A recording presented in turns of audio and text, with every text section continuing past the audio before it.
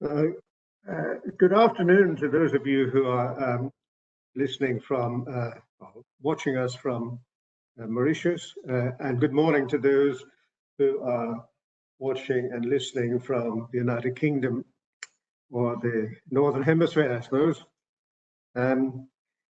This is an appeal from Mauritius. The appellant, first appellant is represented by Madame Abdool de Marigny, and the second appellant is represented by Mr. Ithier, Senior Counsel, and the respondent is represented by Mr. Dominique. My name is Brian Kerr, and colleagues are Lord Lloyd-Jones, and Lord Briggs, and Lord Bigot. We have read the papers in this very interesting case, and we are totally familiar with the slightly complicated, but nevertheless extremely interesting and obviously extremely important appeal. So with that, we're going to ask Mr. Ithier, I think, to begin. Mr. Ithier. Yeah, thank you, my lord. Thank you for the introduction. I did not do it again. No. Yeah. So I will start immediately. There are three issues on behalf of the appellant Ibrahim, whom we are representing. And these three issues concern the limitation period. Then secondly, the importance of documents P1 and P23 in relation to proof of paternity. And thirdly, the DNA report and its probative value.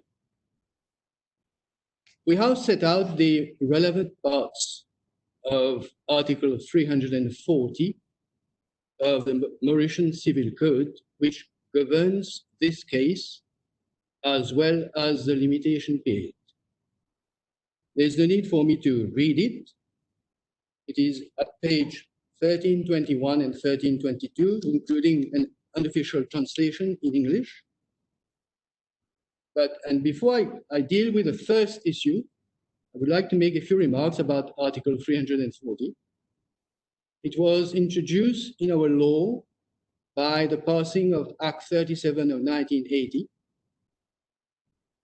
and it reproduces essentially the French law of filiation of 1912. The fifth and the third presumptions with which we are concerned constitute an exact copy of the French law of 1912. That French law of 1912 was later modified in 1972, and minor but important modifications were made to the fifth and third presumptions. Your Lordships will notice that I am speaking of the fifth before the third, because the case was initially based solely on the fifth presumption.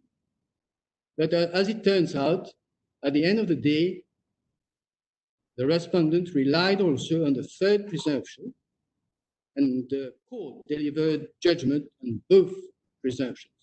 And according to French case law, this is possible, and we are not disputing this, that if an action is lodged on one of the presumptions within the limitation period, then the claimant can rely upon any of the other presumptions during the trial.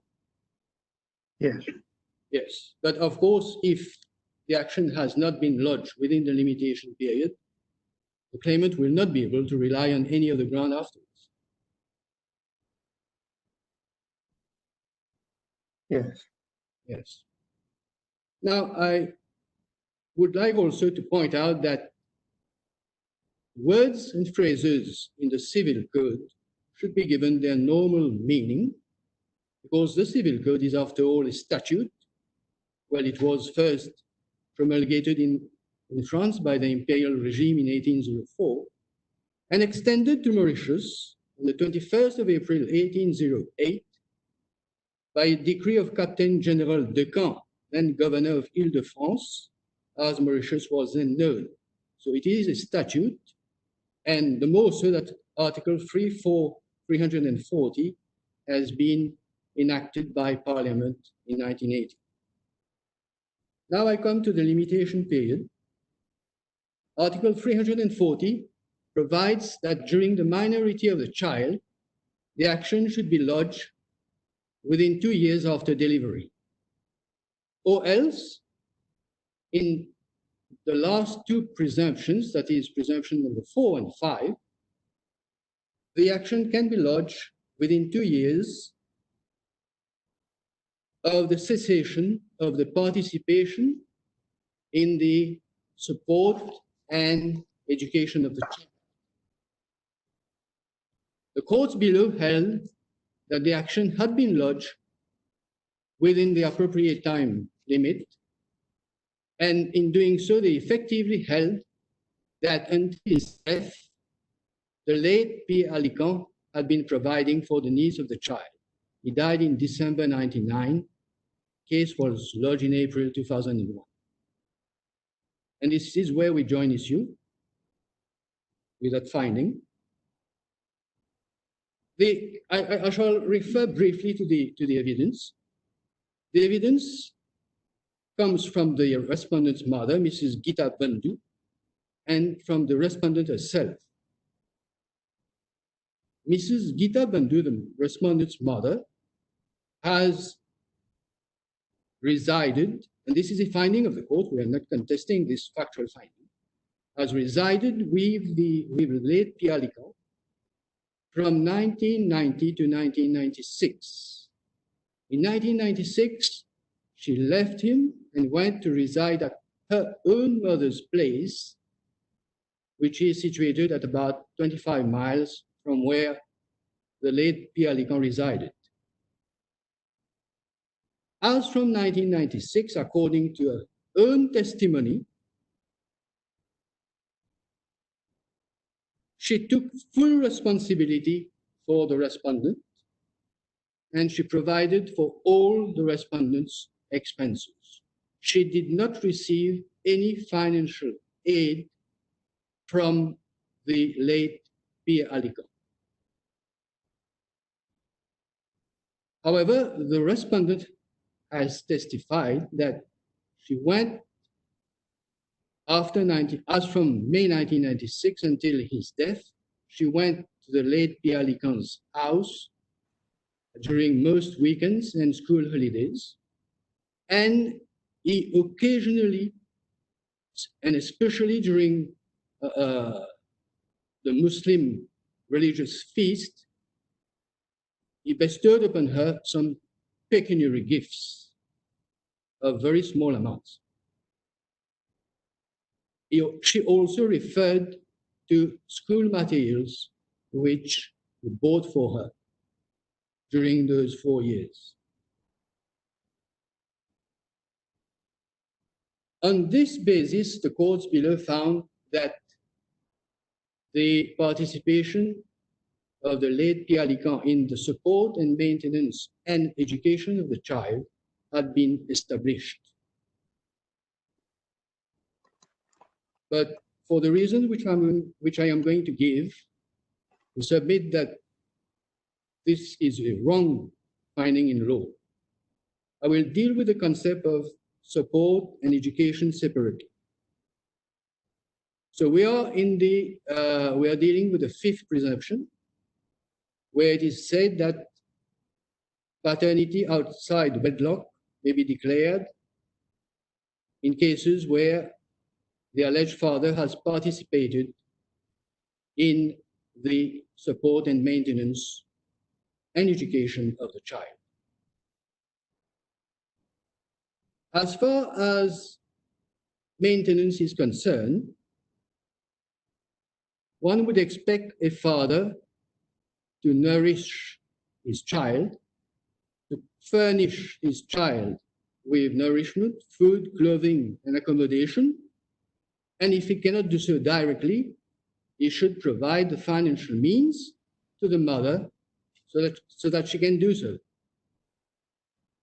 But what we see here from the evidence is that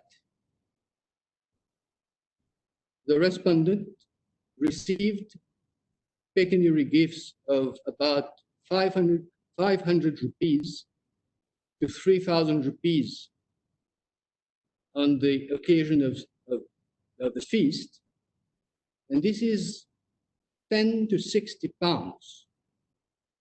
This is the equivalent of 10 to 60 pounds. Maintenance connotes an element of continuity because the expenses incurred by the mother for the child are recurrent, and so must be the maintenance payments. They should be continuous, regular, and commensurate with the needs of the child. But occasional gifts of between 10 to 60 pounds hardly meet the requirements of continuity and adequacy. Well, I suppose you might say that would be entirely consistent with a benevolent friend or an uncle, rather than someone who had assumed responsibility for maintenance. Absolutely, absolutely. This was the case, in fact, which my junior, who appeared in the court below, put forward, but this was rejected. And as far as education is concerned, again, as far as the mother's evidence is concerned, it is similar. She received nothing from the late Pialica, but the respondent stated that he bought her from time to time school materials, such as exercise books. But she also mentioned, to be fair to the respondent's case, she also mentioned the payment of school fees and tuition fees. But I must point out that she attended a primary school which is government funded and where education is free. So there was no school fees to be paid. As far as tuition fees are concerned, probably she was taking some private tuition with a teacher, but there is no evidence at all that the late Pialica made any regular direct payments to that teacher. From the evidence we have in the record, it can be inferred that part of that money which she received occasionally from the alleged father was used to pay the teacher. But that's all. There was no extra payment from him. But again, I would say that this is not what a father would do for his child. I mean, the father would involve himself much more than that. As he would, for example, intervene in the choice of his school, or he would look after and supervise the progress of his child at school, and he would teach the principles and values of life to that child. But there is no evidence at all that any of this has been done.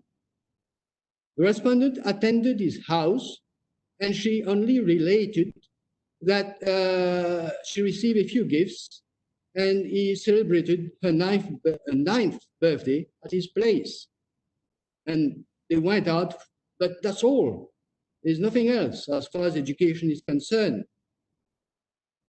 Now, the respondent has contended, and the courts below have accepted, that moral feelings and affection would be sufficient to constitute education.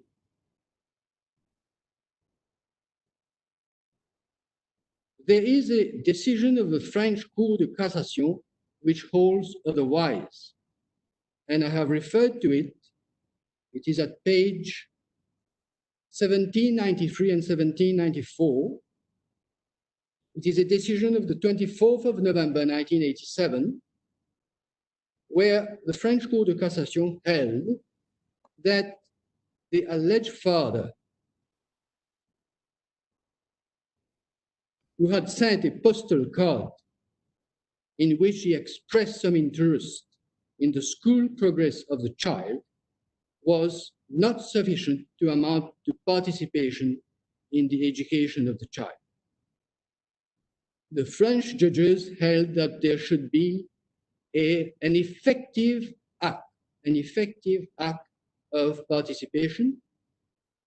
And in our case here, I would submit that that kind of effective participation would be the examples I've given earlier, and his interest in the educational upbringing of his child, which is sorely missing.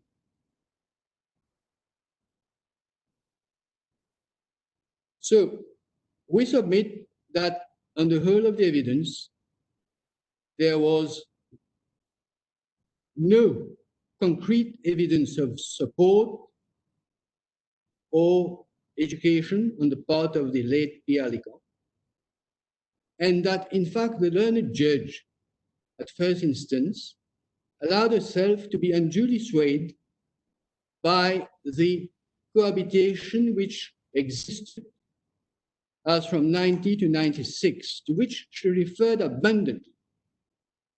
But the effective acts of support and education are missing, and this is what has not been correctly analyzed by the court of first instance. Now there remains the transfer of, or what the court stated to be a transfer of funds from the late Pierre Licon to the joint names of himself and of the respondent. And this is document P1 at page 557. Everybody has assumed, yes, Malo? Everybody has assumed up to now that this was a transfer, that there had been a transfer of funds. But when we read P1 at page 557, we can see that this is not a transfer. This is a request to transfer funds. This is a letter from the late Pierre Licon, dated 3rd of December 1995, in which he requests the Habib Bank of Avenue des Champs-Élysées in Paris to transfer and place in fixed deposit in my name and that of the respondent the full amount standing to his credit. And there is no evidence on record that this transfer has effectively been implemented. This letter was countersigned by an attorney who is now a senior attorney, Mr. Raja, was called as a witness. He was called as a witness, and he accepted that he knew nothing of the outcome of this letter, of this request. The only other document which could have helped us. Yes. I mean, whether or not the transfer was effective, you cannot not say that this was at least indicative of deceased's intention. And if, why would he propose that there be a transfer of the entirety of his holding to the joint names of him and the respondent? Well, the intention would not suffice, because the law refers to an participation in the support of the child. But if the funds have not been transferred, there would be no support, because the one-off capital payment would never have been made. And so we are left only with the other evidence with which I have already dealt. But the respondent relies very much on this document.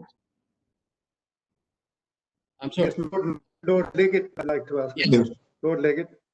Was the judge not entitled to infer that the letter was probably acted on in the absence of any other evidence to suggest otherwise? Well, there is other evidence to which I'm coming, which is P23,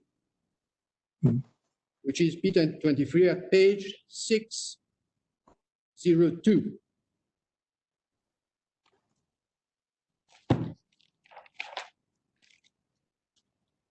This is a statement of account from the bank issued in 1999. It is 4 years after the letter.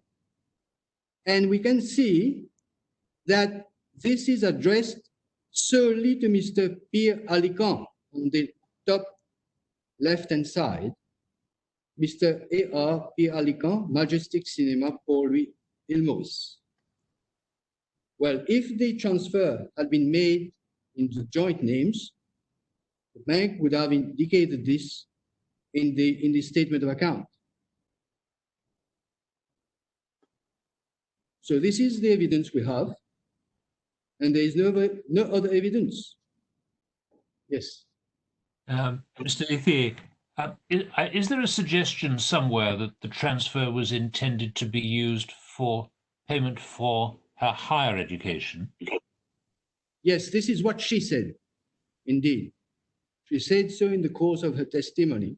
She said that when she was almost 5 years old, the late Pierre Alicant mentioned this to her, that this money would be used eventually for her to go to university. And was there anything that Mr. Alicant could do in order to establish this arrangement beyond giving an instruction to the bank? Well, I must point out that he went to France, to Paris, 1 month earlier, in 1995, but apparently he did nothing there. And then he came back and issued this letter. And this is quite strange. He could have done it there, and it would have been done immediately. But how does one effect such arrangement other than by giving an instruction? And is a letter not a perfectly acceptable way of doing that?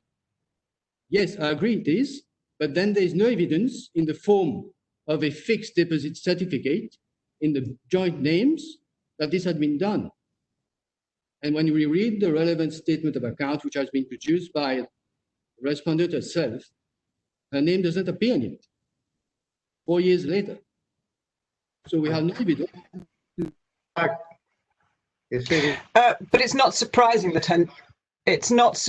that her name doesn't appear, is it? Because when you read the exclusively operated by me during this relevant period.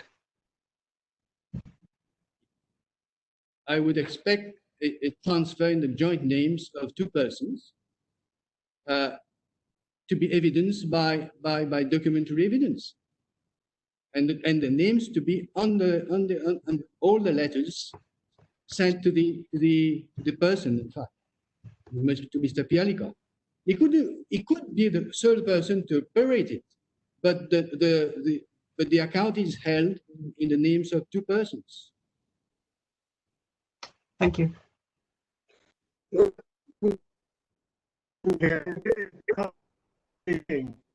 This evidence should have been totally disregarded by the trial judge.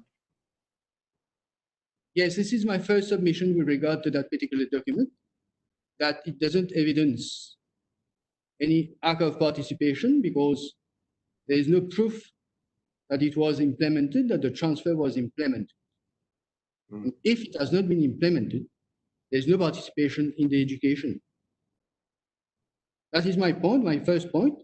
But assuming now that it has been, I will make an alternative submission, that assuming it has been in fact implemented, that the transfer has been made. I shall submit that it does not constitute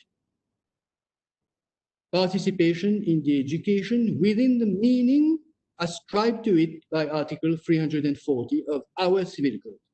As I said earlier, our Article 340 is based on that of the French law of 1912. But that French law of 1912 was amended in 1972, and the amendment concerns the addition of the word établissement after the word education.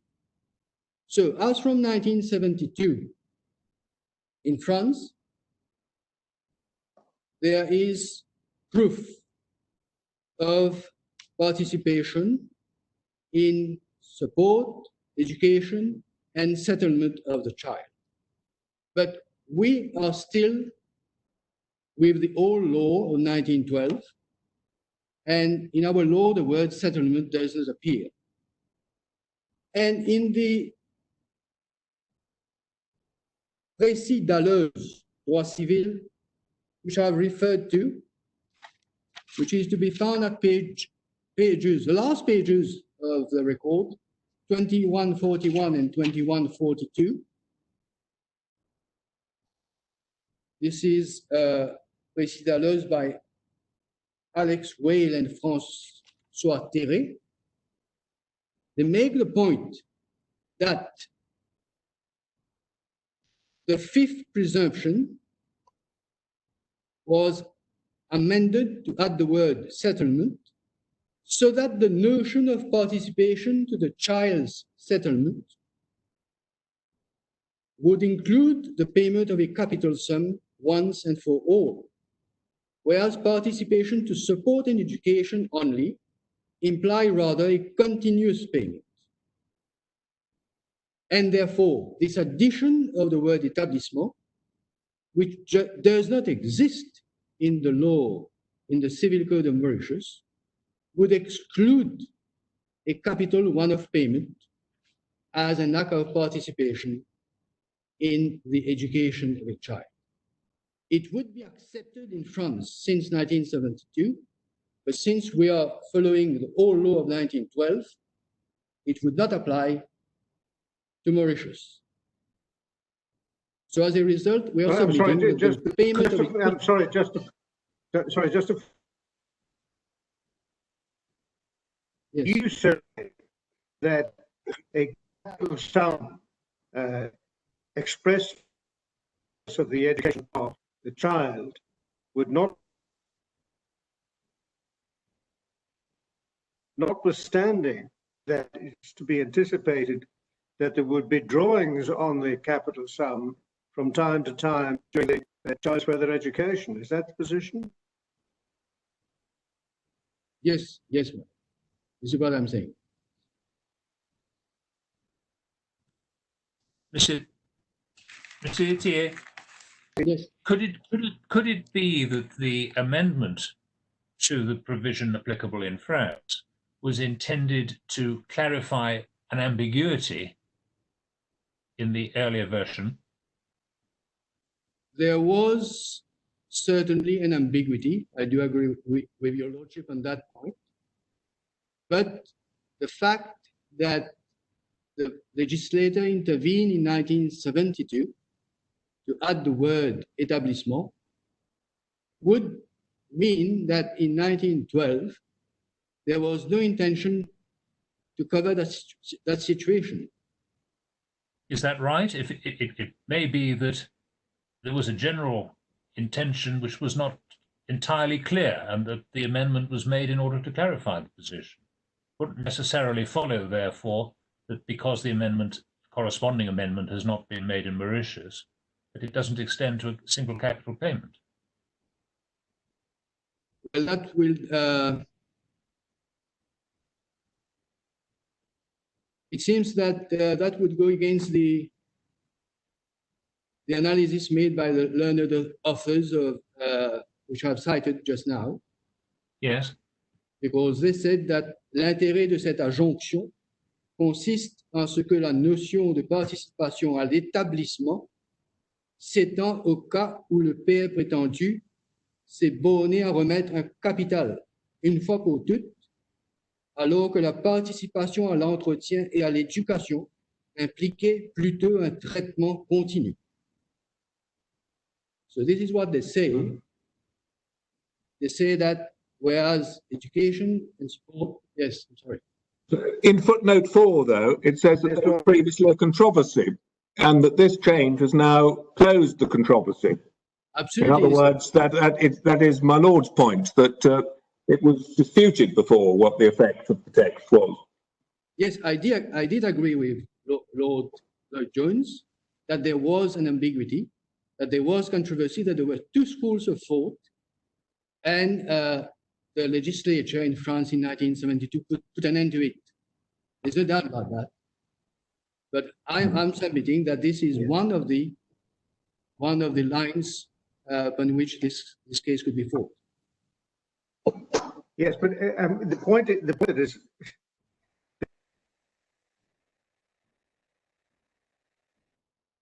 a law in 1972 to remove an ambiguity is something of a different nature from law introducing an absolutely new circumstance. The law in Mauritius has not undergone any. What that means is that the ambiguity remains. It doesn't mean that the law is clear, different from that of France. Well, it could, in Mauritius, the ambiguity would remain, therefore, because there is no addition of the word. And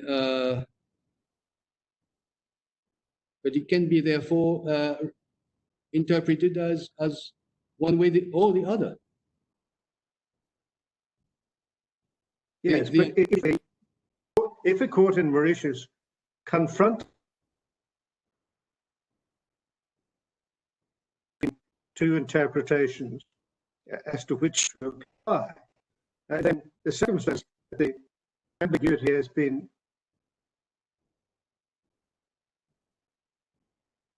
clarified in France, it is for a court in Mauritius to say, well, it is now clear. Obviously, we haven't introduced a similar ambiguity movement, and the way is for me to follow the letter of the French legislation.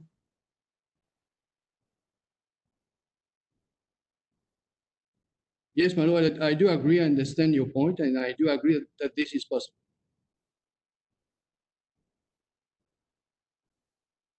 Yes. And in footnote 5, I think it says that before the law was changed in France, it had already on occasion been decided that a single provision could be sufficient, provided it had an important character, such as an example where it was made in front of a notary, which might be said to be quite similar to this case.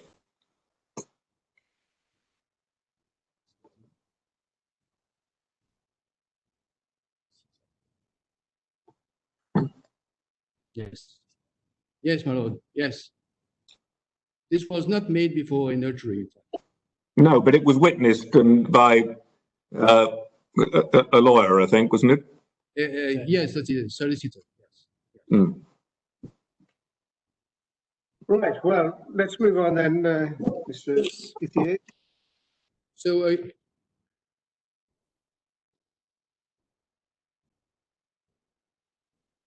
then the last point with regard to this document is that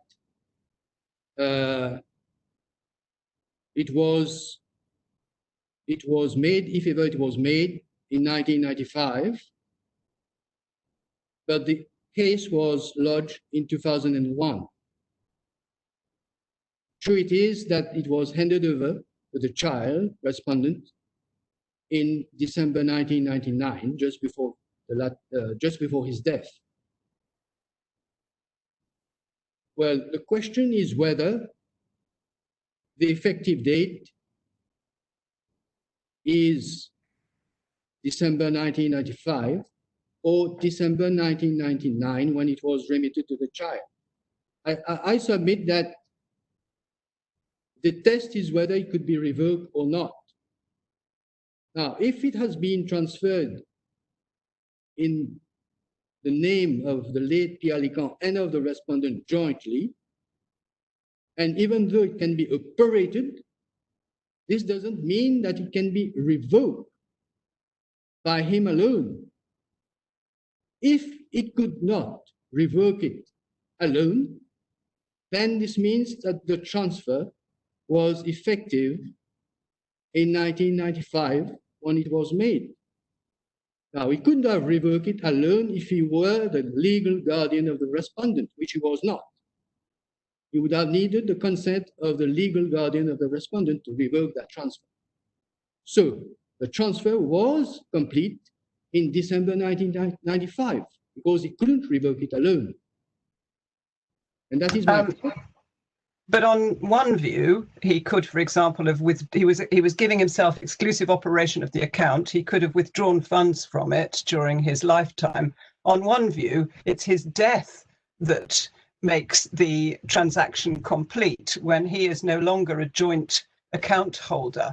And we can see from footnote 5 that even after death, transfer of funds can count for the purposes of maintenance, education, etc. I'm looking at the Dalloz footnote 5. So that's two questions, really. One is the banking analysis, and the other one is the question of the posthumous contribution.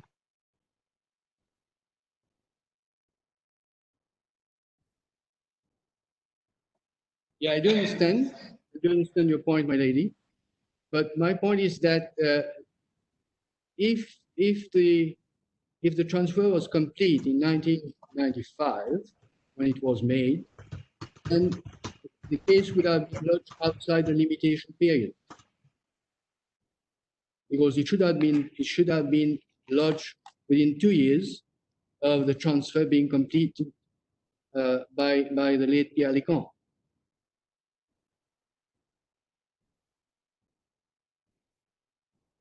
Yes.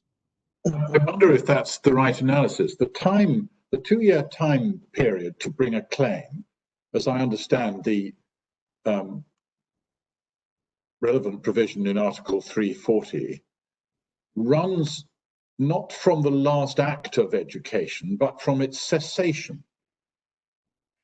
Now, if the setting up of a fund of this kind for further education can be regarded as the provision of some financial support to education,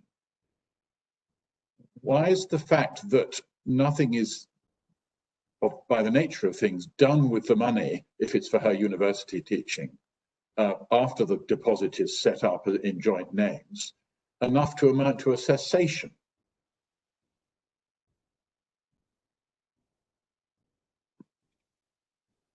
I understand your lordship to be saying that it is a continuous process. Well, yeah, if it qualifies at all, the time doesn't run from the last educational act. It runs from the cessation of the provision of education, yes. And I think I'm asking, if a fund is set up for someone's further education and the need for its deployment for that purpose has not yet arisen, is there any cessation of that provision merely because no money is actually paid over or nothing further is done to constitute the fund beyond putting it in joint names?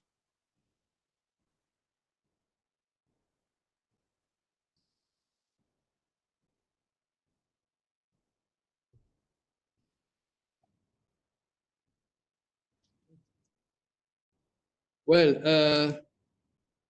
that is correct that the time limit starts running as from the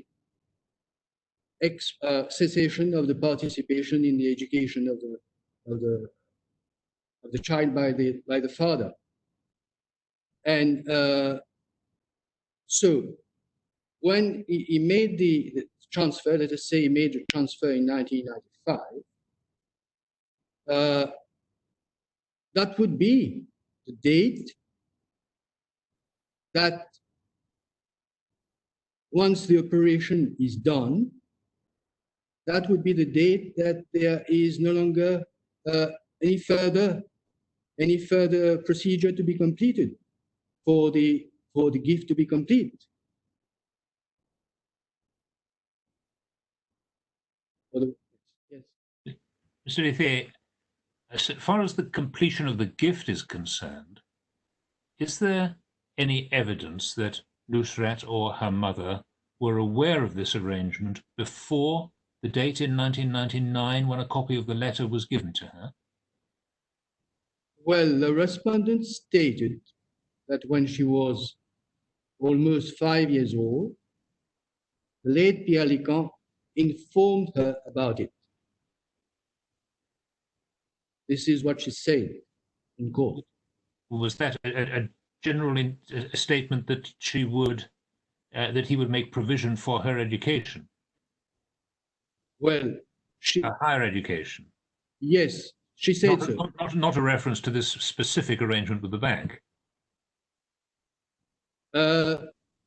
She said that Mr. Pierre Licquant had informed her that he had requested the bank to transfer money into their names and that money would be used for her higher education.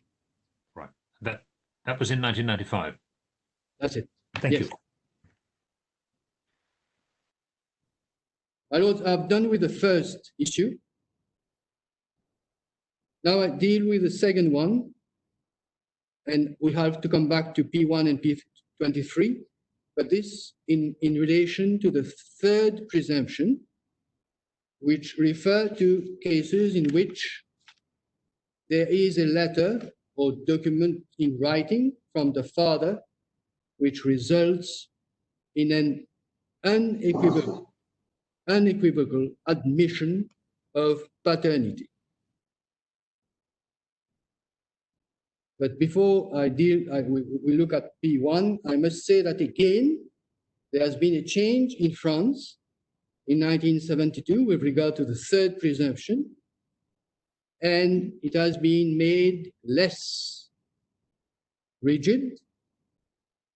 And since 1972, the last phrase, the last part of the presumption now reads propre à établir la paternité d'une manière non équivoque.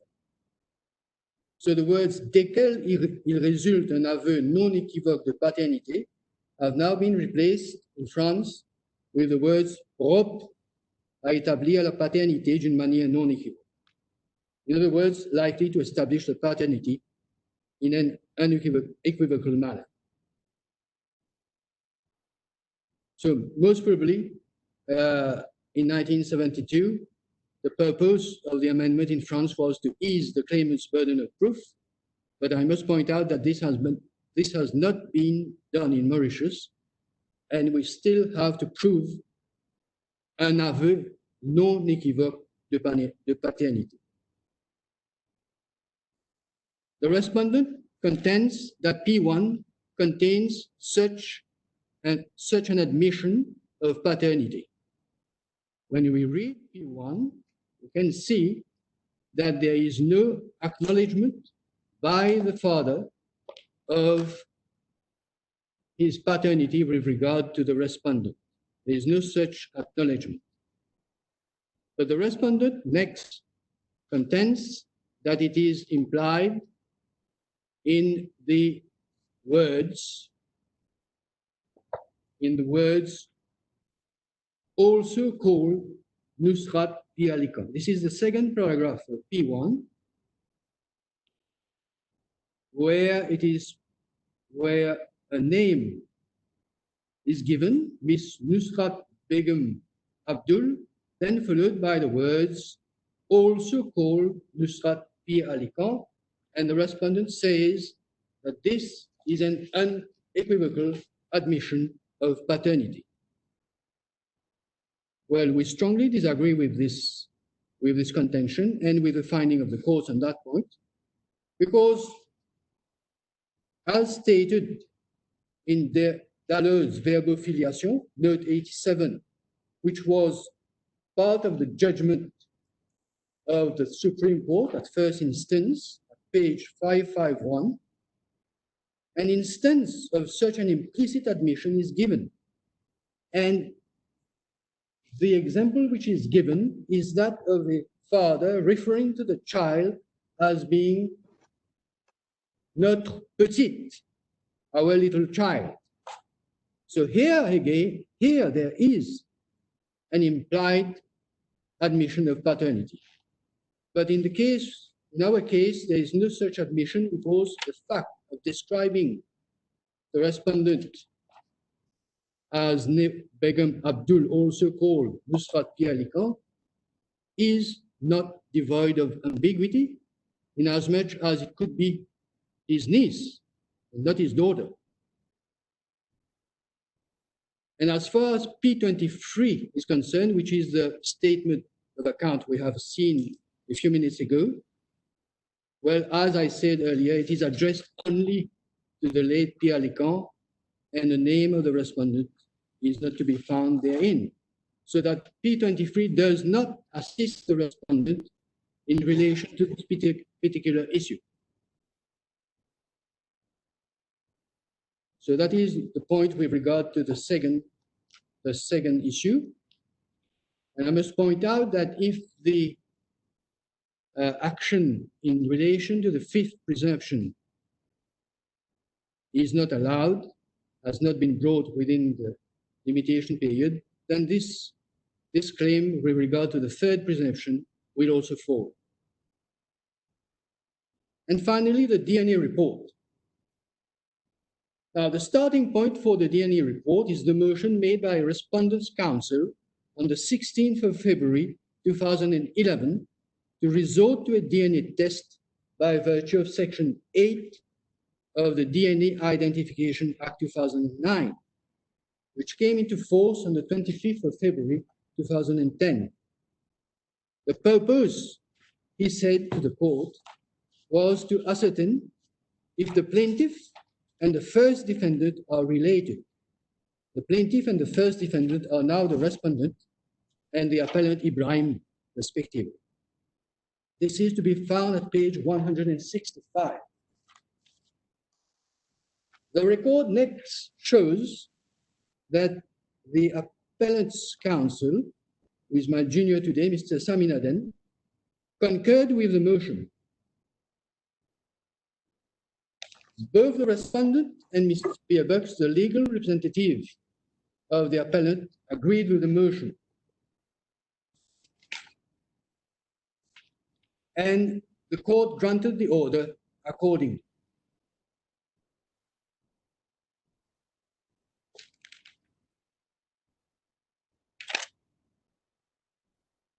Next, on the 16th of February 2011, the court granted the order, and the court did so in pursuance of Section 8 of the Act, which gives power to the judge to make that type of order. And the forensic analysis is to be carried out by virtue of the Act by the FSL, which is the Forensic Science Laboratory. On the 12th of July 2011, at page 178, we see Mrs. Dassain, Deputy Director of the Forensic Science Laboratory, who explained that the report in respect of the sibling test was not yet ready because, firstly, the kit with 16 markers was not yet available. Secondly, the population DNA database had not been completed. And thirdly, 2 senior scientists would be sent in November 2011 for advanced training in DNA testing in South Africa for 2 weeks. So they made sure that the scientists would be competent to do so. On the 22nd of March 2012, the Respondent's Counsel informed the court that the DNA analysis report of Ms. Godard had been communicated to all the parties. This is at page 185. No, this is 65. 65. 165 or 185. Yes, this is at page 185. 185. 185, yes. At page 185, 185. So this is where the... Thank you. Yes. So then Respondent's counsel added that he had taken cognizance of the said report, and having done so, he moved that the matter be proceeded with. However, he eventually declined to call Ms. Godard as his witness, which he had initially informed the court he would do. And it is my junior, Mr. Saminaden, who did call Ms. Godard. The reports of Ms. Godard, acting senior forensic scientist, are to be found at pages 625 to 629 of the record.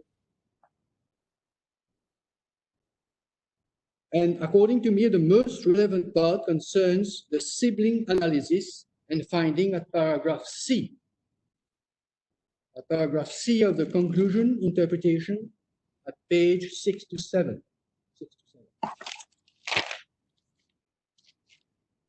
It is to be noted that Ms. Godard was called as a witness and confirmed the correctness of her report. Now, paragraph C, subparagraph 2, deals with the half-sibling analysis after the maternal genetic contributions had been eliminated from the profiles of the respondent and those of the appellant. The remaining genetic profile was then compared to determine any paternal relationship. And it turned out that only 3 out of the 16 paternal genetic markers were found to be common. Whereas, according to Ms. Godard, at least 4 or more, that is 25% or more, should have been observed.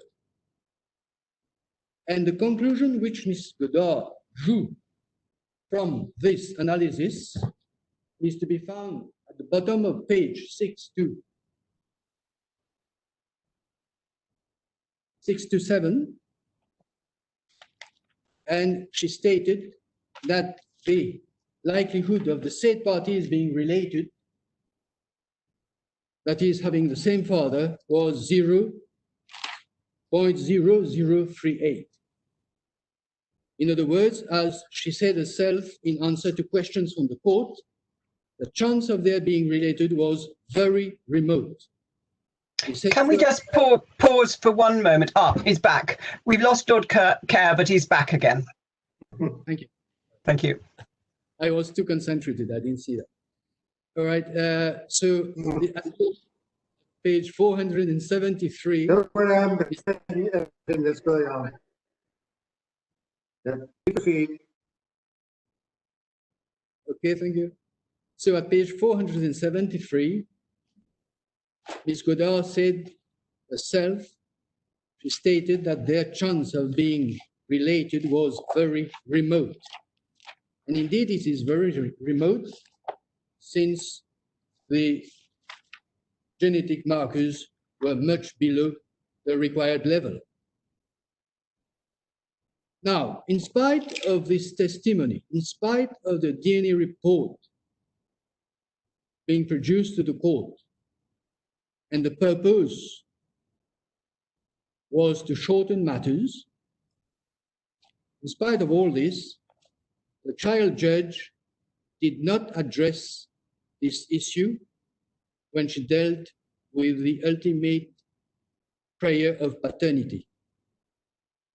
She only referred to it when she analyzed the ancillary and preliminary point that the action was not maintainable.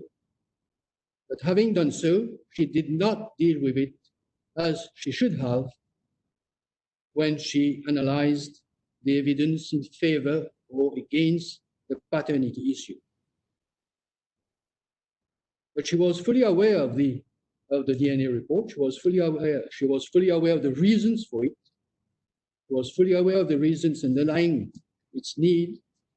And I would say that in failing to do so, she not only disregarded it altogether, but she impliedly rejected it for no proper reason, without giving any proper reason.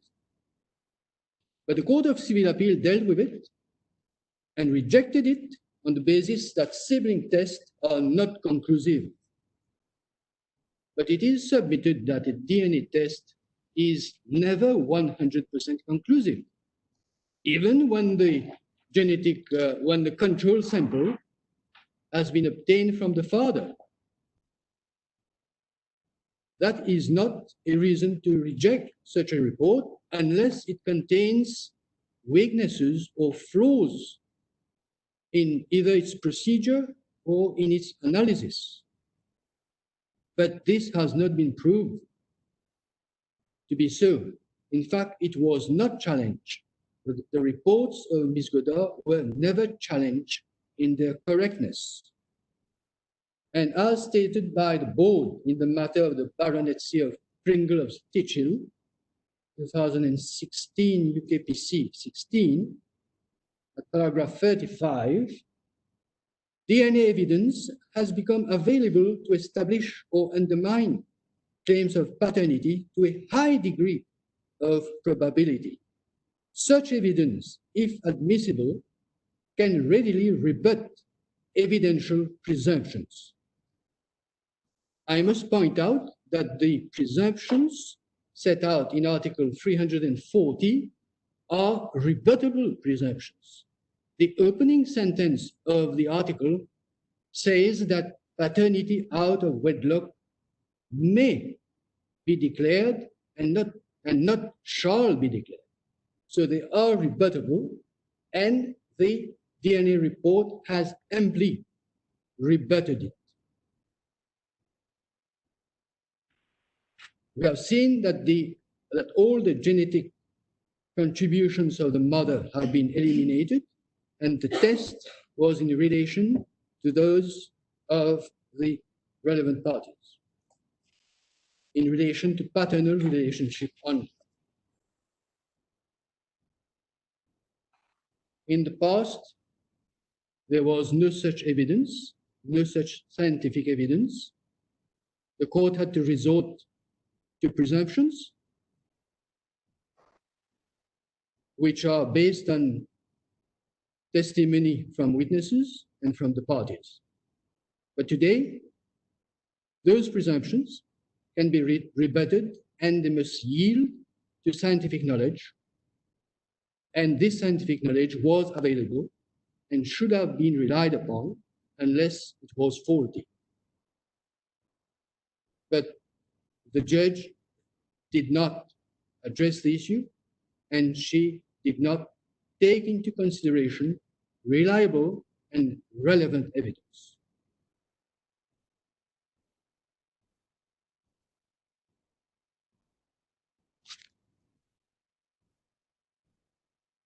I must just point out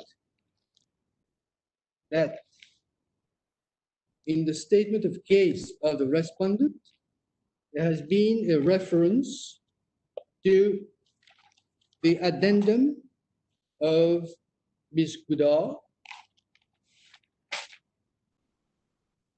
at page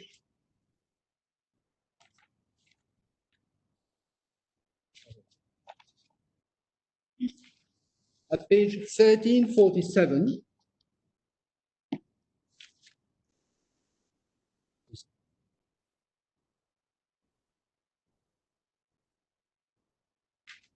Yes. Your Lordships will see at the top of the page where we have to go back to 1346. At J, the respondent says, Mrs. Godard, however, made a pertinent observation in an addendum report dated 17th of March 2012.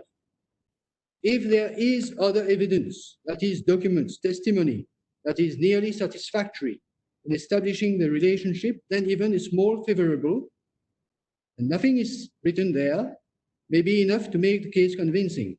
But what is missing is the most important part of that sentence. It is the indication, the scientific indication of whether the analysis takes precedence or priority depending upon its strength, and that has been omitted. So I would humbly submit that this sentence should not be taken out of its context without the reference to the scientific analysis and finding being taken into account.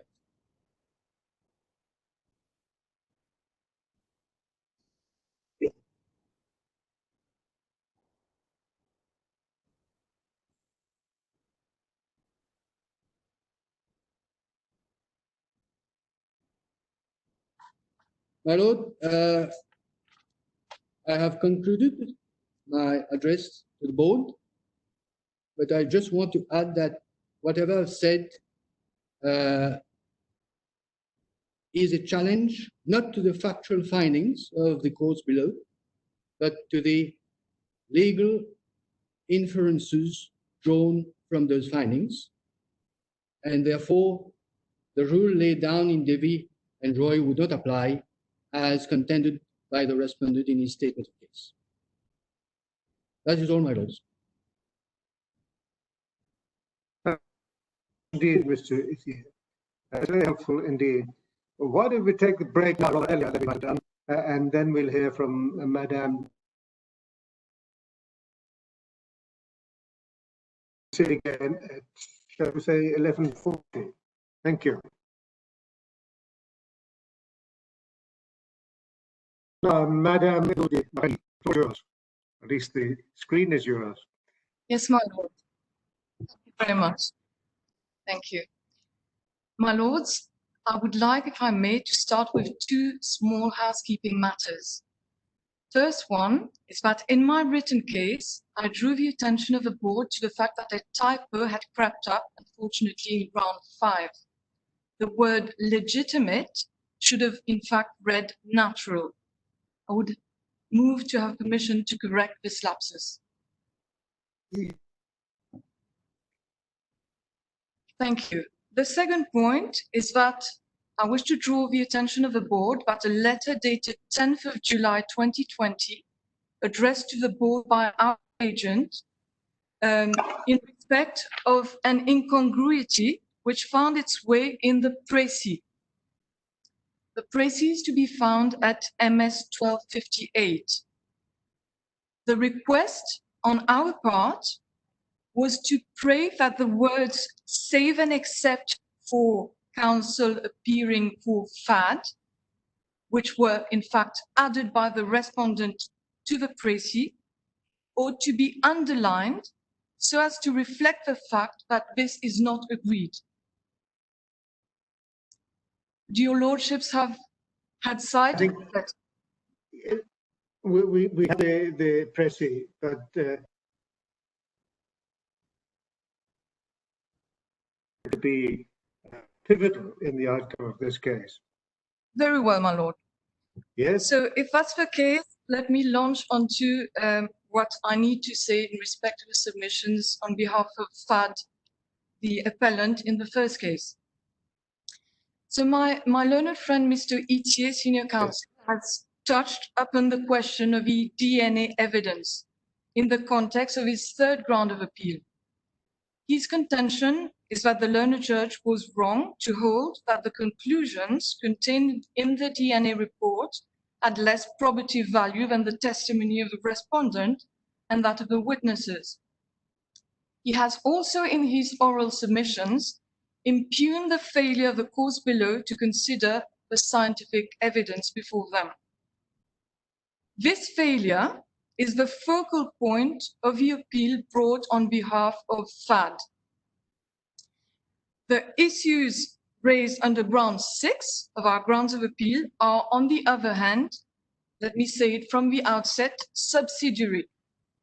and would be relevant only if the board considers that the exclusion of a scientific evidence on record was proper. So, in essence, the criticism of the judgments of the court below, under grounds 1, 2, 3, and 5, hinge on, first of all, the failure to consider scientific evidence. This failure springs from a misunderstanding, according to us, as to the mechanics of Article 340 of the Code Civil Mauritian. The second point, the failure to motivate the decision to exclude. The third point, the resulting misapprehension of document P1. And fourthly, the resulting, what we term aberration, that is a solution which is misaligned on the truth and is therefore against the interests of justice. The contentions of the appellant on this very important issue of the treatment of scientific evidence by the courts below, are set out at paragraphs 32 to 70 of my statement of case, my lords. They are to be found at pages 1283 to 1304. And they must be read in light of a legal framework which has been detailed in paragraphs 9 to 27 of my written case. These paragraphs are to be found at pages 1273 to 1281. Allow me to start with 5 intricately linked propositions. The first 4 of them are largely borrowed from the language used by Lord Justice 4 in the case of H&A children, which is to be found at pages 846 to 862. This case is cited in my statement of case, namely at page 1298, paragraph 67. Proposition 1, therefore. The interests of justice are best served by the ascertainment of truth. A fortiori, in my submission, a result which is not based on the truth does not serve the interests of justice. Proposition 2. In matters of parentage, the only decisive evidence is scientific evidence. Proposition 3. Sociological evidence is evidence of marginal or doubtful worth. And proposition 4, the court should be furnished with the best available science and not confined to such unsatisfactory alternatives as presumptions and inferences. The 5th proposition to be added to these 4 propositions emanates from the judgment of the board itself in the case of the baronetcy of Pringle of Stitchell, referred to by my learned friend Mr. Iti earlier on, which is to be found at page 1904, in particular at paragraph 42. This 5th proposition is as follows. DNA testing is accepted as a reliable method of ascertaining a person's identity in legal proceedings to a high degree of probability. But I would hasten to add that this proposition, of course, must be subject to the caveat that the science must be good.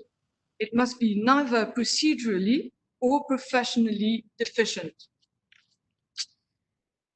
I would invite your lordships to bear these 5 propositions in mind throughout the analysis which this appeal requires.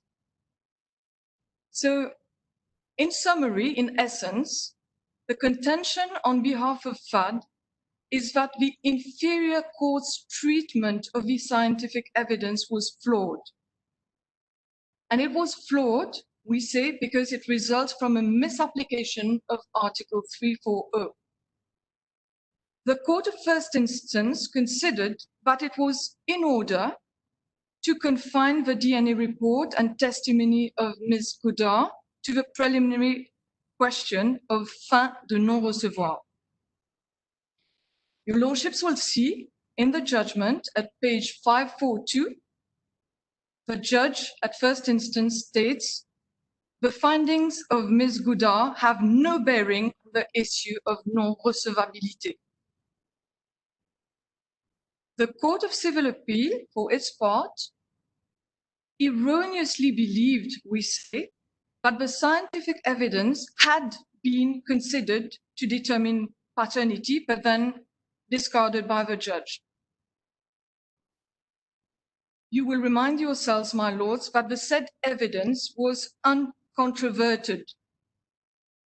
In other words, there was nothing on record to suggest that the evidence of Ms. Goudard was either procedurally or professionally flawed. This evidence was simply ignored when deciding the question of the merits of a paternity claim. The approach which has been adhered to by the courts below is contrary to the pronouncement made in Mauritius in the case of Lafleur and Bim. This case is to be found at page 1932. It was affirmed by the Court of Appeal, the Court of Civil Appeal, in the case of Bim and Lafleur, which is at page 1759. In that case, it was stated by the learned judge of first instance, Mr. Justice Chan, I quote, Section 8 provides for an additional mode of proof for the purpose of ascertaining filiation under the Code Civil Mauritian. As a matter of fact, the results of an eventual DNA test under Section 8 would help in enlightening the court and would be one of the factors to be taken into consideration together with all the oral and documentary evidence on record to determine the merits of the present case. End of quote. As a result, the courts below appear to have treated the cas d'ouverture as unrebuttable presumptions, when it is quite clear that they are mere gateways to an action for the judicial declaration of paternity and are not peremptory for the judge. Authority for this proposition is to be found at pages 1985 to 1986, more precisely at note 235 and following. Article 340 provides a very restrictive regime for action en recherche de paternité. This regime is inherited from now rather ancient times, when there was a deep fear that paternity claims would ruin the peace of families and upset the social order. Article 340 thus sets out 5 limitatively set cas d'ouverture and 3 fins de non-recevoir. As I said before, the cas d'ouverture are gateways meant to operate as filters on such actions. Unless the facts of a case fit within one of the particular gateways, the right of action is altogether denied to the plaintiff. But this does not mean to say that once a gateway is satisfied, that the plaintiff wins the day. The gateways are only meant to open the cause of action. In French, it says, les faits rendent recevable la recherche de paternité. But as I said, these facts do not guarantee in any way the success of a paternity claim. None of the gateways is peremptory. And as my learned friend Mr. Itier underscored earlier on, the text, the letter of Article 340 states la paternité peut être judiciairement déclarée. It is permissible to judicially declare paternity. It is not peremptory. The judge is free to declare the paternity if the circumstances render it sufficiently certain. To do so, the judge may rely on all favorable, but also on unfavorable elements of evidence before him or her. And in practice, it is agreed that modern scientific research assists the judge considerably in confirming or infirming the paternity claim. Now, your lordships will see that in my written case, I have spent quite a bit of time on the agreement that intervened between the parties at the very outset of these paternity proceedings. Bear with me, my lords. The agreement was reached in February 2011. And this point has been touched more precisely in my written case under the heading context in which the DNA sibling test was resorted to. It is to be found at page 1283. If I may turn to an extract of the proceedings, my lords, page 168. We are on the 16th of February 2011,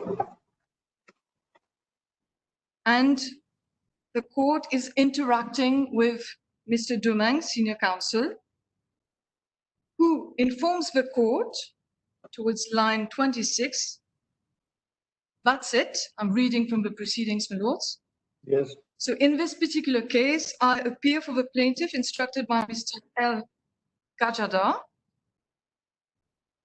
And as to shorten matters, and with the consent of all parties concerned, I respectfully move the court for a consent order which will resort to a DNA testing, and that the following parties should give their DNA samples: the plaintiff, Mr. Nusrat Begum Abdool, and the defendant number 1, Ibrahim Roshan Ali Pir Ali Khan.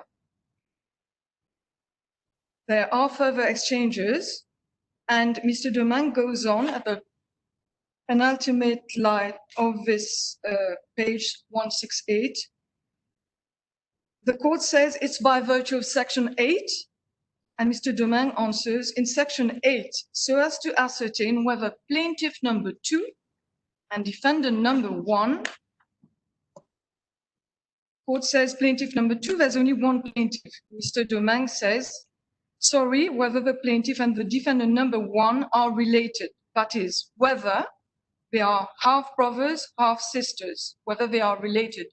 And we are talking at that specific point in time about Ibrahim, the natural acknowledged child of late Pir Ali Khan, and Nusrat, the plaintiff. At line 10, page 169, at this stage, Mr. Domingue moves to resort to a DNA testing by virtue of section 8 of the DNA Identification Act to ascertain if plaintiff and defendant are related. It is interesting to proceed down on the page, namely at line 36, my lords, where the court conveys to the parties the purport of a test. The text is in Creole, but the translation of the text is at page 936.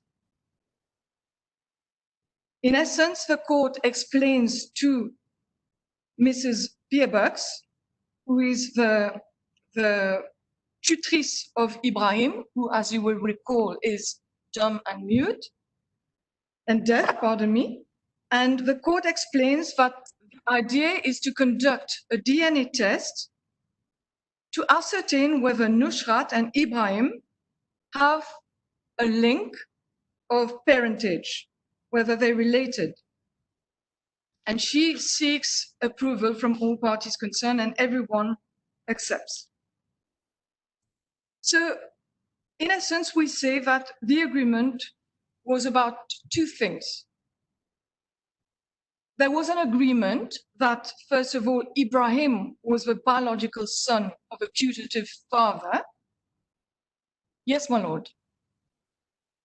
Nothing in this there's nothing in this transcript which amounts to an agreement that we will treat the result of the test as deciding the proceedings. All it is doing is saying we agree to a DNA test for the purpose of seeking to establish the relationship between the two people, and that is likely to shorten the proceedings. That's not the same as agreeing to be bound by the result as conclusive of the proceedings. Let's take it too far.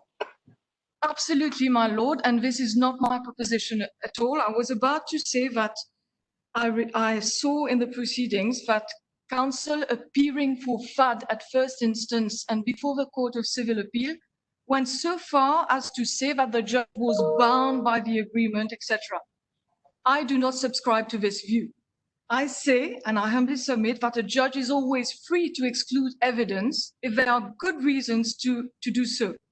This is specifically provided in Article 322 of the Mauritian Code de Procédure Civile. This article is to be found at page 1438 of the record. But the judge has to explain the reasons when he does so. And your lordship is very right to say so, because filiation, parentage matters, are indisponible. It means that there is no possibility of reaching an agreement on matters of parentage. That would be absurd, and it's not permitted by the law. This is not what we are saying. What we are saying is that there were two components to this agreement.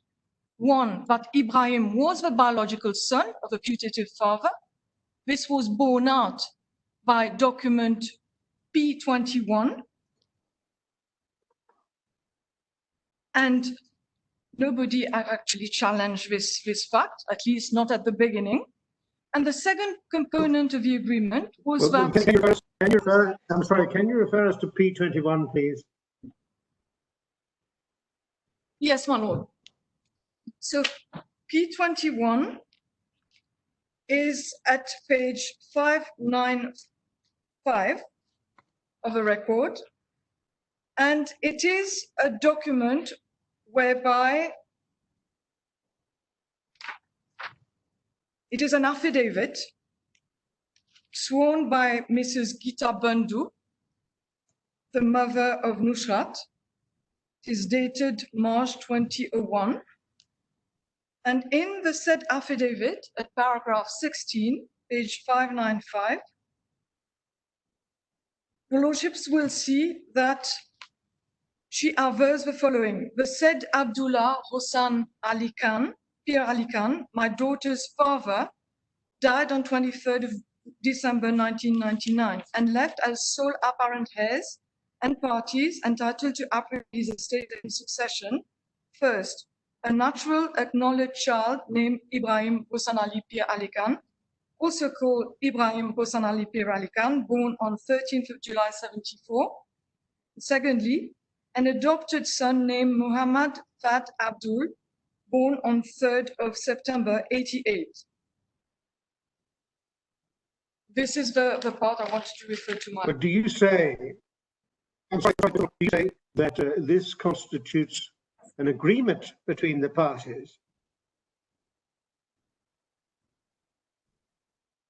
And the son of Hossan Ali Khan? Well, first of all, Ibrahim was, by virtue of law, the acknowledged child of the late Pierre Ali Khan. In other words, the name of Mr. Pierre Ali Khan featured on his act of birth. And this point was never put in doubt by anyone. The second point, to answer your lordship's question, is that assuming that the parties were not all prepared to accept that Ibrahim, there was no doubt that Ibrahim was the acknowledged child of late Pierre Ali Khan, one fails to understand what would have been the purpose of his test to shorten matters. Why would a test be relevant if there wasn't this accepted fact between all the parties? The idea of a test, because you will know. First of all, the question is, what is the effect on the evaluation of the evidence? I mean, simply because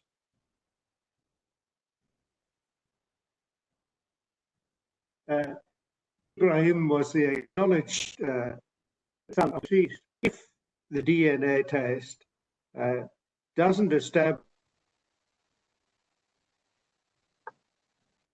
between and Ibrahim, I mean, one of the consequences that may be that the jury, despite the acknowledgement that he was the natural son, was in fact the natural son. Yes, I think this is the crux of the matter, my lord. But what we are saying is that there must have been this implied agreement as to the capacity of Ibrahim at the relevant time at least, because your lordships will see that things evolved radically as the proceedings unfolded. But at this particular time, February 2011, everyone candidly appeared not to put into doubt the fact that Ibrahim was the son of Pierre Alican. In fact, his father had taken the definite act of acknowledging him before the Mauritian authorities. So, if your lordship will allow me. I'm sorry, was the judge? My lord, I would submit that it was binding unless it was challenged before a court of law, which not only was never done, but was never raised, apart from incidentally. And I will come to this incidental. Yes, milady. I'm wondering whether your submissions are going in two directions, because you're submitting that it's important to have the best scientific proof of something. But now that we encounter a possible difficulty with that, you say, but we have to proceed upon an assumption flowing from an agreement reached by the parties that Ibrahim was the natural son of the putative father. I understand, milady. In fact, yes, I have stated throughout that presumptions must yield to scientific truth. It is important. But certainty should not be sacrificed altogether. Parentage is fundamental. It forms part of a nation's social order. So unless something is challenged before the appropriate forum, one has to take it that a formal birth certificate emanating from a Mauritian authority states the truth. And this does not prevent the fact that, and it's not dissonant with my proposition, I would humbly submit that in an analysis like the one we're confronted with, presumptions in the course of a trial must yield to scientific truth. Right. May I carry on, my lord? Thank you. All right, my lords, as I said, the paternity of Ibrahim was never seriously challenged. The only doubts that were actually apparent from the record were expressed by counsel appearing for Ibrahim in his written submissions before Mrs. Justice Devat. These are to be found at page 497, more precisely at paragraph 23. And these doubts were also renewed in oral submissions before the same justice. If I may turn to these, my lords.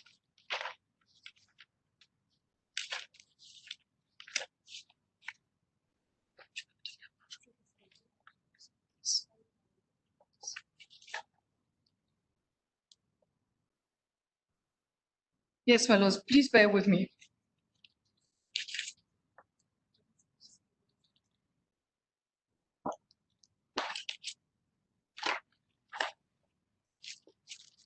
So we are, pardon me for making you wait, we are at page 497 of the record.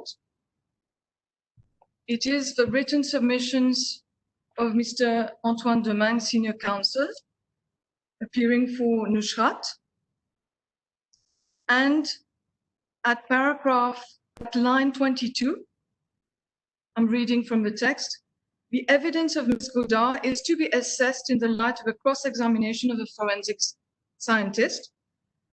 More particularly, the fact that late Pierre Alekan was not available for DNA testing, which could have afforded direct proof of paternity.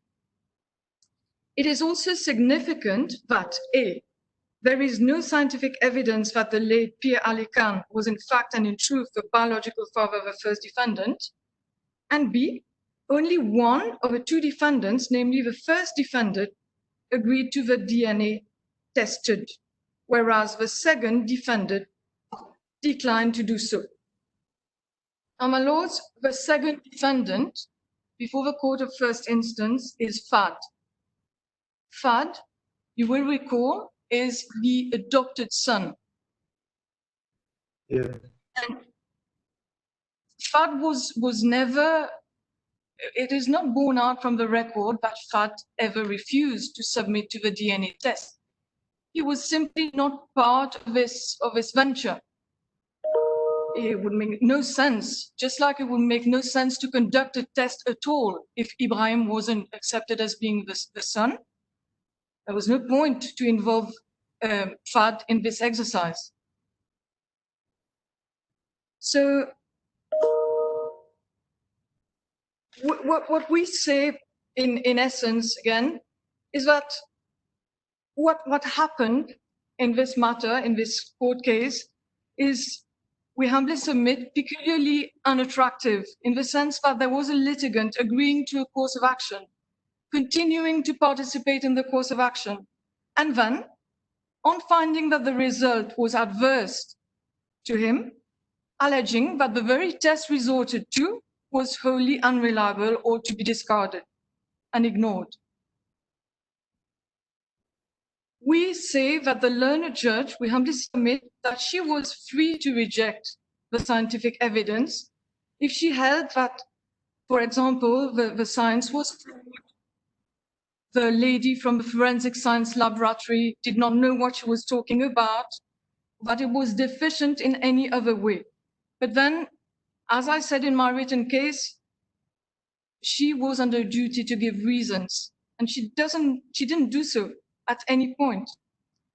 The reasons why she did not consider the scientific evidence whilst determining the merits of this paternity claim are a mystery. And we can only surmise that she misapprehended the mechanics, as I said before, of Article 340, and erroneously believed that once she dealt with a report in the context of a fin de non-recevoir, nothing more was required at this level. Because she does deal with a report, but she deals it specifically in relation to fin de non-recevoir, examen des sangs. Your lordships will see that I feel, and I've stated so in my written case, that the reasons why she rejected the fin de non-recevoir is not right, but the end result was probably right.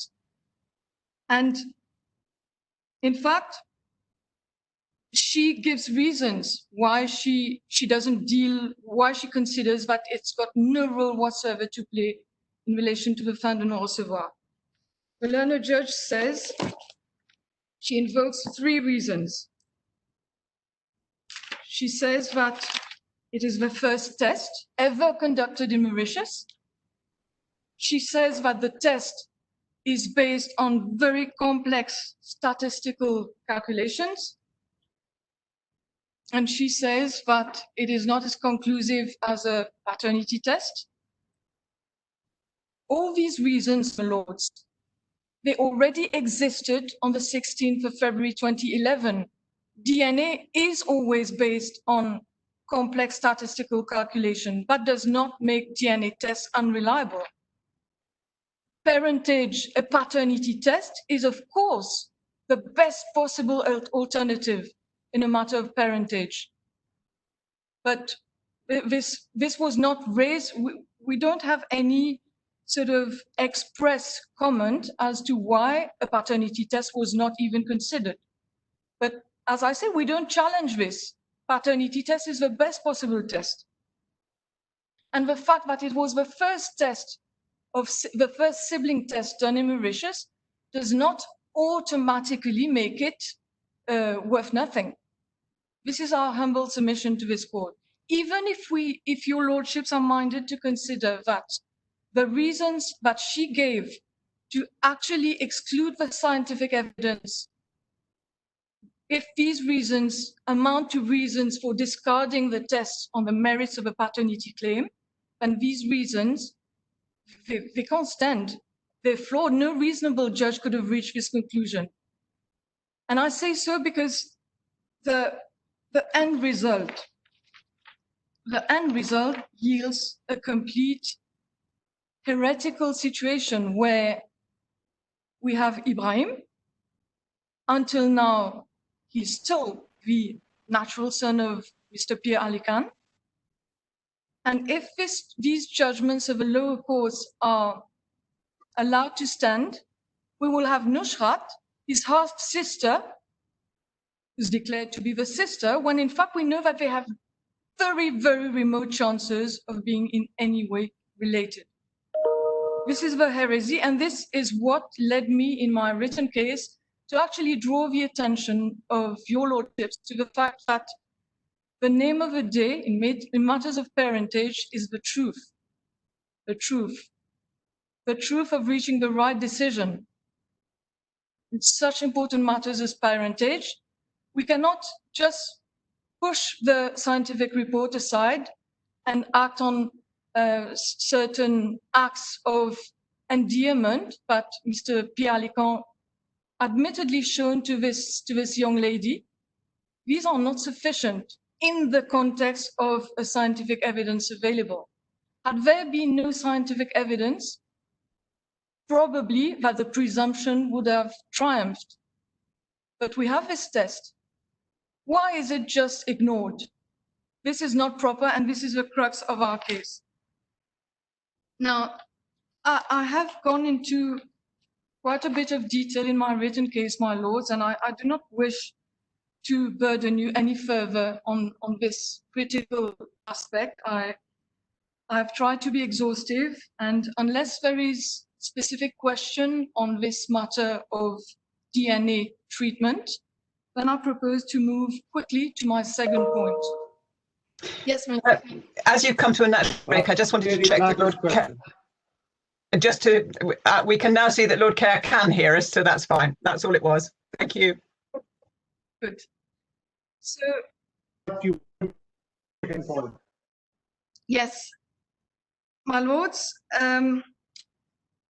as I said when I introduced my submissions, the second chunk of my written case concerns the post-mortem examination. And I've said from the outset that this is not the main point of our case, because it's a point fraught with difficulties, and it is a point that was never raised before the court of first instance. It became a live issue when it was raised for the first time before the Court of Civil Appeal. But I say it is quite natural that things happen this way, because the necessity of a point being raised at such a late hour was precisely because of a rejection of a Court of Civil Appeal of a scientific evidence on record, and of the trial court as well. It only became necessary if the court considered that the sibling test was incapable of fulfilling the role expected of it in the determination of a paternity claim. So the case for the appellant on this specific theme is set out in paragraphs 71 to 89 at pages 1304 to 1317. It is a subsidiary point which would need to be determined by the board if the board decides that it was in order for the courts below to ignore the scientific evidence, as they did.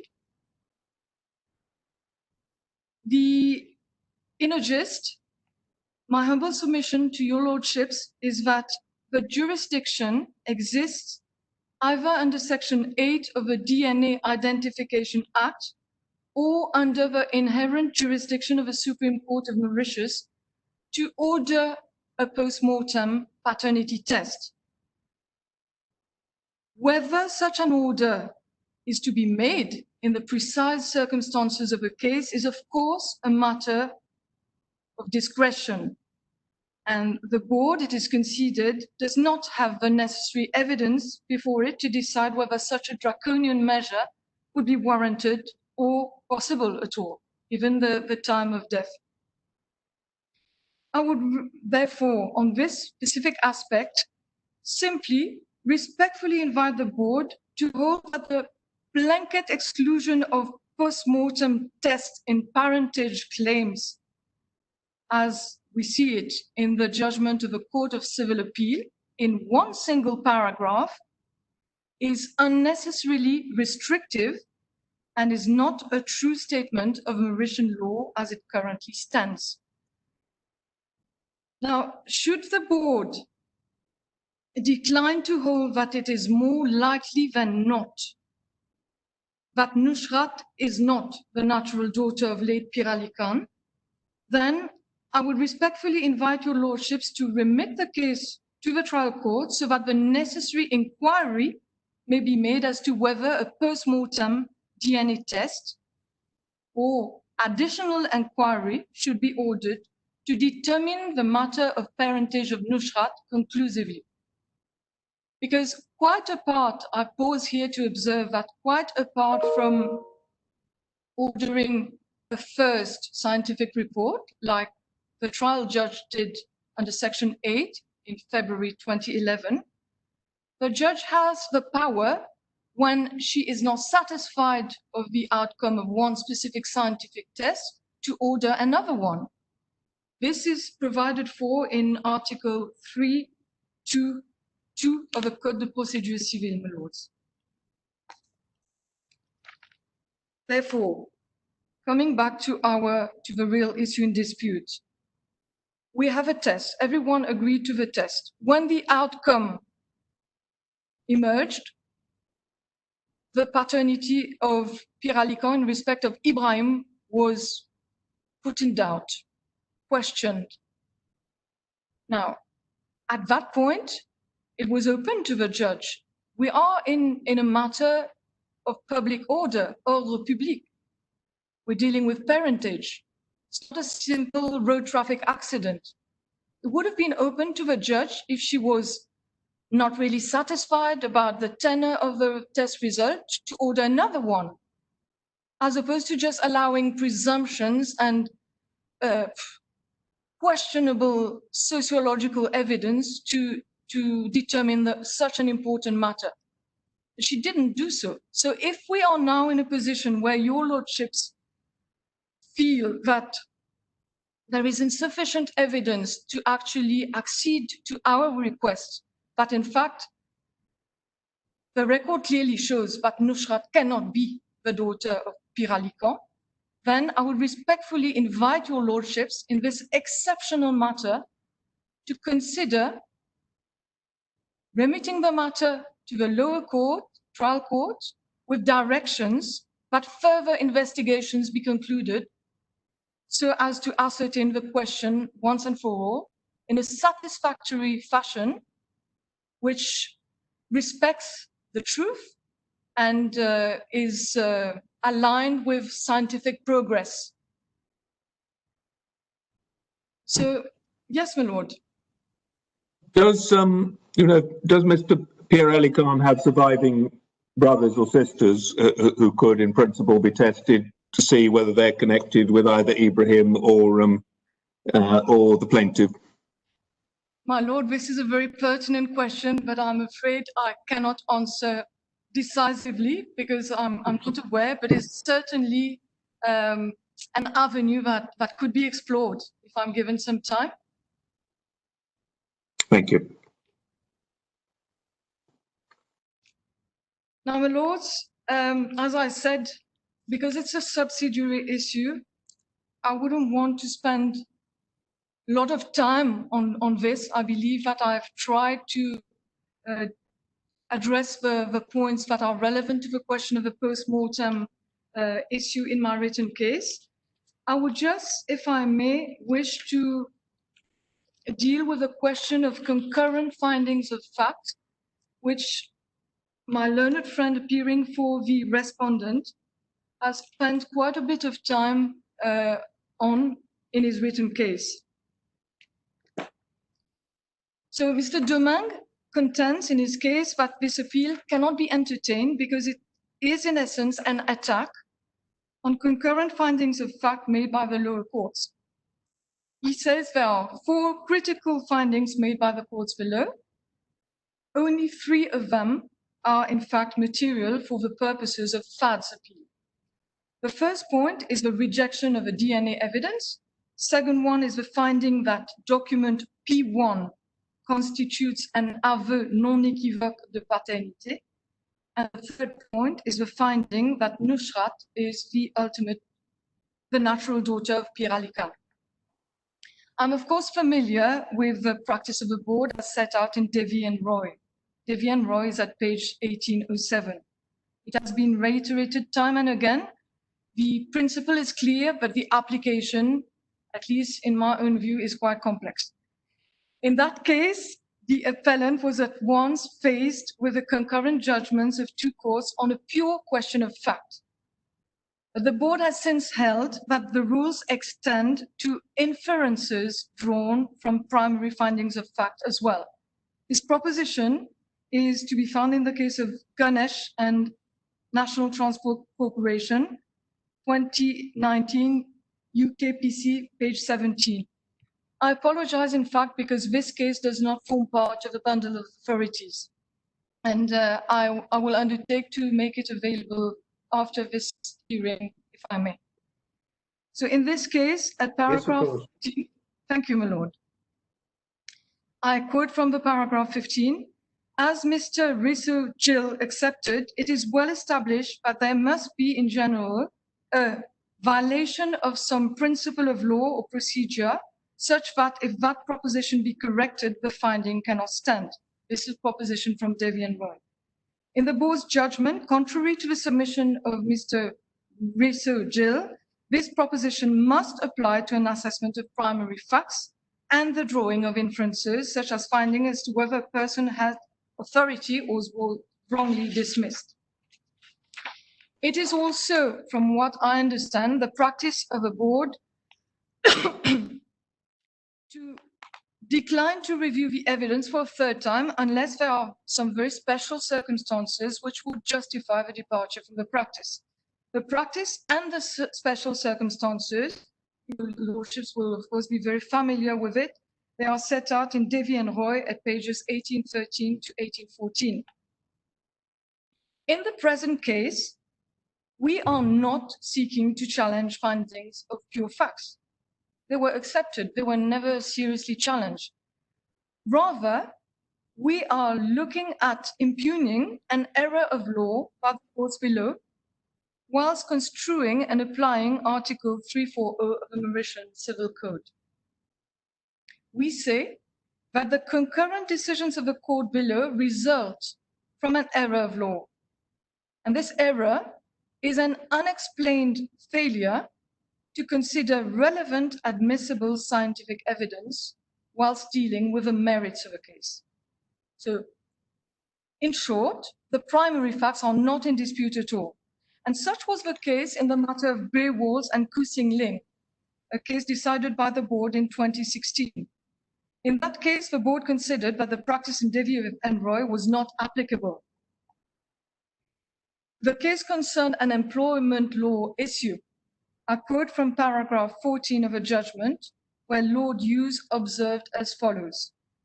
Kusing Ling contended before the board that the conclusions of the courts below that there had been constructive dismissal amounted to concurrent findings of fact, with which the board ought not in accordance with its usual practice to interfere.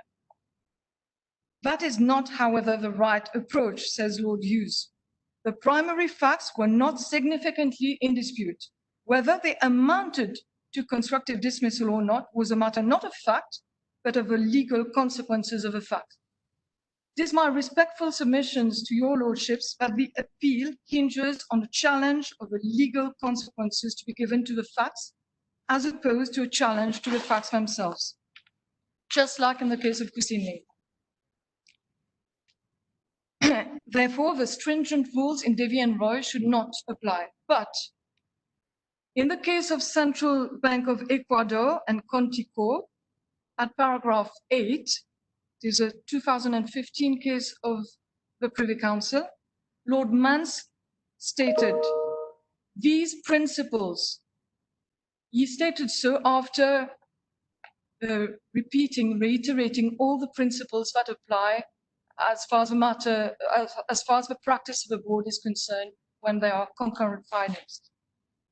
So Lord Mance stated, I quote, these principles do not mean that an appellate court is never justified, indeed required, to intervene. They only concern appeals of fact, not issues of law. I end my quote.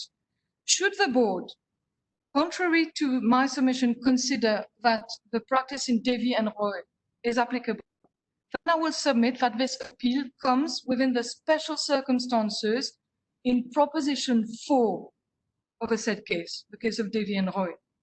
Why do I say so? A principle of law has been violated in this matter. Relevant admissible evidence, which ought to have been considered by the trial judge when determining the merits of a paternity claim, were ignored. No valid reason was given to explain the exclusion. The proposition of law which has been applied by the judge, i.e. the one I surmise that she applied, there is no need to consider the scientific evidence on record because I'm dealing with the merits. I've already dealt with it whilst dealing with the fin de non-recevoir. This erroneous proposition of law, if corrected, would result in the findings reached being invalidated. I mean, they would not be able to stand the findings if this proposition were to be corrected. This failure was the cause of the ultimate finding of paternity reached by the courts below. And had the courts properly approached the article of the Civil Code, they would not have reached the decision that they reached. And I say it again, this decision creates an aberration. An aberration in the sense that Nusrat is judicially held to be the daughter of late Pierre Ali Khan, when uncontroverted scientific evidence on record excludes to a very high degree of probability that she is the half-sister of the very son whom the late Pierre Ali Khan acknowledged on paper. But quite apart from what I've just said, my lords, there is a further reason why the board should, in my humble submission, consider departing from the established practice of Davy and Roy. Because we are dealing with judicial declaration of paternity, which involves very important considerations of ordre public, public policy, and points of principle, I humbly submit that justice demands that this appeal be entertained to clarify how Article 340 must be interpreted and how scientific evidence obtained pursuant to Section 8 of the DNA Identification Act must be treated in such a context. As such, I would respectfully invite your lordships to consider this appeal is one of the rare cases of such an unusual nature, which would in any event come under the umbrella of the exception in Proposition 6 of the case of Davy and Roy. For all these reasons, I would most respectfully invite the board to entertain grounds of appeal as stated in grounds 1, 2, 3, and 5, my written case. And should the board be minded to reject these submissions on concurrent findings of fact, then I will dare to say that then ground 6 would still remain intact, because this ground challenges a finding of law that was not the object of concurrent findings, since it was raised for the first time before the Court of Civil Appeal. My lords, unless I can try to clarify any aspect. Yes, milady. I think Lady Black's question. Yes, I just wanted to look at the question of remedies. Yes. Suppose for a moment that we were with you with regard to the judge's failure to put the DNA evidence into the merits consideration. I got the impression from what you just said just now that you were suggesting that only one outcome would flow from that. That is, that it would be found that Nusrat was not the natural daughter of the putative father. But is that your case? Because another possible is that the matter would have to be remitted for a judge to look at the entirety of the evidence, including the DNA evidence. And I'm not sure whether your proposition depends upon what you would call an agreement about Ibrahim's paternity. To answer your ladyship, the suggestion that the board is in presence of sufficient evidence to resolve the matter is the preferred solution for FAD, because your lordships will realize that this is a very long-standing matter.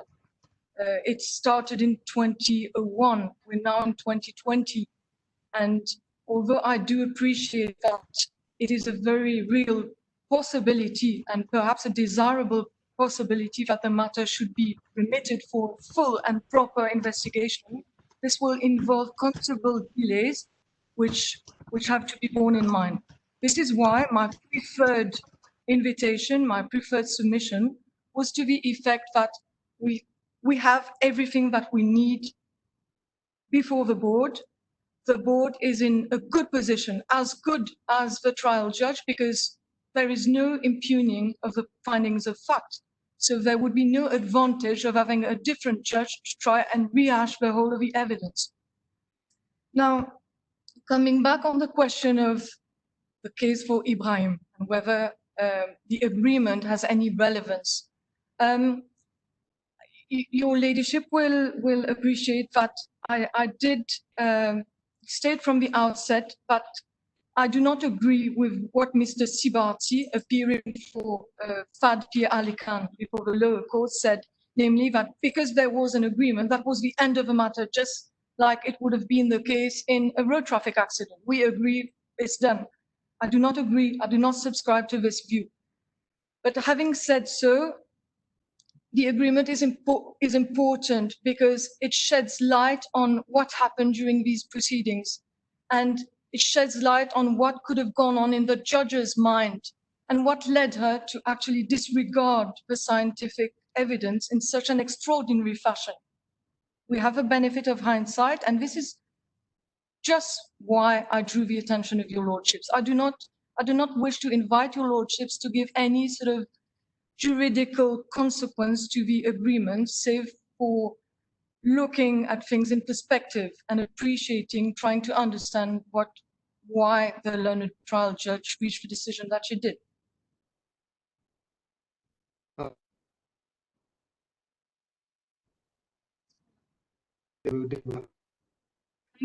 think it's opportunity to have a short discussion between the